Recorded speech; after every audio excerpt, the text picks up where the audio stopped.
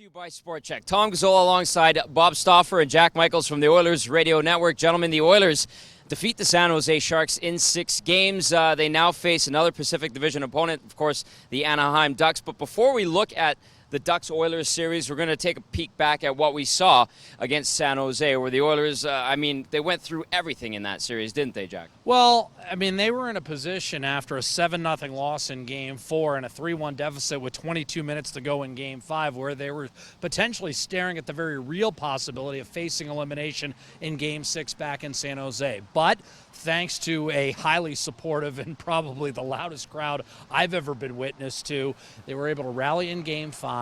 They were able to use balance and ultimately overcome San Jose in Game 6. It wasn't just the usual suspects, Connor McDavid and Cam Talbot, though they were critical in the series, but it was the depth and balance of Edmonton rather than San Jose that kind of stole the show in that first round series. And I think that will serve the Oilers well moving forward. Kassian 2-game winners, Desharnais, the dramatic one in Game 5, and Anton Slepyshev with what turned out to be the winner in Game 6. Bob, I want to ask you, what did you learn about the Edmonton Oilers in that first round of the playoffs? Well, I'd like to say I learned that they had more depth, as Jack mentions, but I think that they're resilient, but I think we've kind of seen that all year. If you're around the team on a day-to-day basis, you know it's a team. And, Connor McDavid, he plays 21 minutes a game, but he doesn't play the full 60 minutes. And Connor would be the first to admit there's a lot of other players here besides Connor that have helped the Oilers get into this position.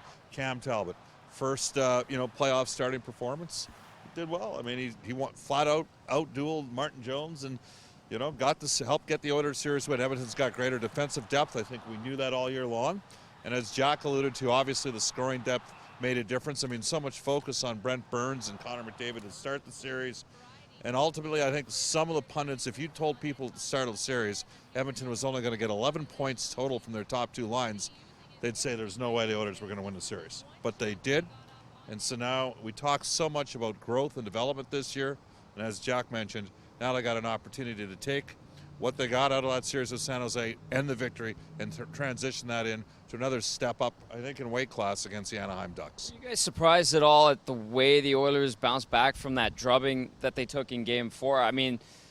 That's a big blow to a team in a series like that against a veteran squad that you mentioned, Jack. They went to the Cup final last year, but the way they come back and win those games afterwards. Well, as Bob mentioned, it's been a resilient group. It didn't really shock me other than the score of Game 4. But Connor McDavid, I think, spoke for the entire team when he said, look, this isn't soccer. It isn't an aggregate. Doesn't count any more than the back-to-back shutouts we laid on San Jose in Games 2 and 3. And that's, I think, the kind of attitude that allows you to stay in the game. I think the most crucial goal of the series was Mark Letestu's power play goal late in the second period of Game 5 that got the Oilers to within a goal. Because coming from 1 down as opposed to 2 down, even on home ice, I thought that goal made a huge difference. And notice in Game 6, San Jose didn't get it. They stayed down 2 goals in the third period, and the Oilers were able to hang on. Bob, any final thoughts for the San Jose series? Yeah, I'll just back to what Jack said about the Letestu goal. Games 5 and Game 6, Leon Draisaitl returned to being